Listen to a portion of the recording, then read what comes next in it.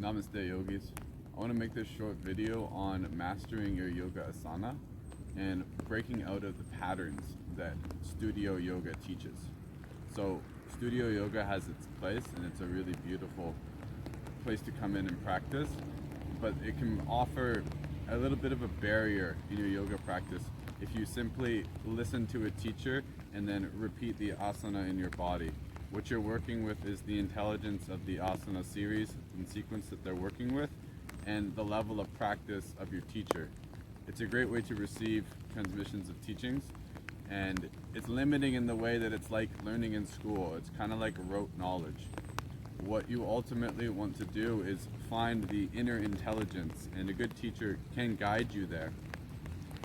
But what I want to encourage you is, even if you're in a yoga class and the teacher is not very well practiced or the sequence is not very developed or intelligently designed, for you to be able to intelligently move through yoga asana by having a solid sense of your own body and what you can do. So in this, we look at variations and finding your own flow. So let's look at some downward dogs here and a vinyasa sequence.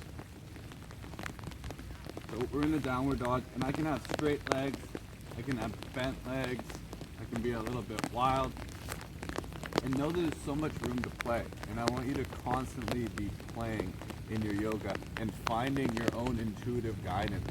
So as you move through a vinyasa, it may come out very rigid, and it might be very controlled, or you can have complete flow. And the more developed you can move, and the different ways in which you can move are going to alter your practice and your way of being in the world. So if you move with control and a sense of stability and linear motion, that's going to translate to a sense of steadiness in your mind. You're cultivating mind. You're not just practicing physical movements. So if you want to bring in more intuition and flow and inner guidance, which is a great place, yoga is a great place that fosters that, then move in that way. There's so much variation in how you can hold your body in a downward dog. And the only way to get there and to explore all these different modes of being is to fucking play.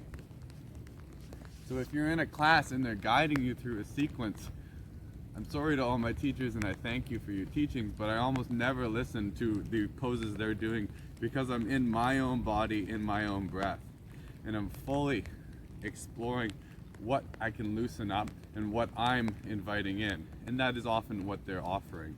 But it's very much, it can be distracting. But my point is to really play with the qualities of mind and body that you're inviting in and how you move. How rigid are you? How free are you? How yang are you? How yin are you? How playful is your movements? How steady is your mind? And beginning to find a little bit of looseness in your body to break out of the regular structures. I love awkward structures where I'm in something, maybe a side plank, and I just start to move and I'm not in good alignment. And then my body learns to adapt. Oh, and then I caught myself, and look, I can move into that. So the intelligence has to build, and if you just learn the sequences that are often taught in yoga studios, you're not going to gather the intelligence in your own body.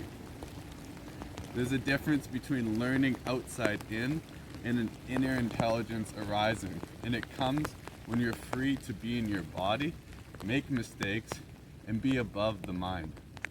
The mind, when you're in class, is the part of you that's thinking, am I doing this right? This goes here, this goes here. And at a certain level, you have to know where you're going and what you're doing. But you can let that all go, and that's when practice begins. That's when yoga begins. When you're ready to just be there and move and show up. Because that is the biggest part of many of these practices, is showing up, and the practices will take root in your body. The point at which the practice becomes play and you reach mastery is when you fully just let yourself be total in the movement. And that doesn't mean it's perfect. It means you're absolutely involved and the mind is gone and you're fully ready to be in union. So an encouragement when you're at your yoga studio to play with every move. They show downward dog in one way and they tell you to have your feet close together and put them far apart. No, I'm not saying rebel against your teacher, but I'm saying find all the variations you can. Your feet can be close, they can be far, you can point them in, you can point them out. Fuck it, stick this leg over here. Do whatever you can. Your hands can be here, you can be here.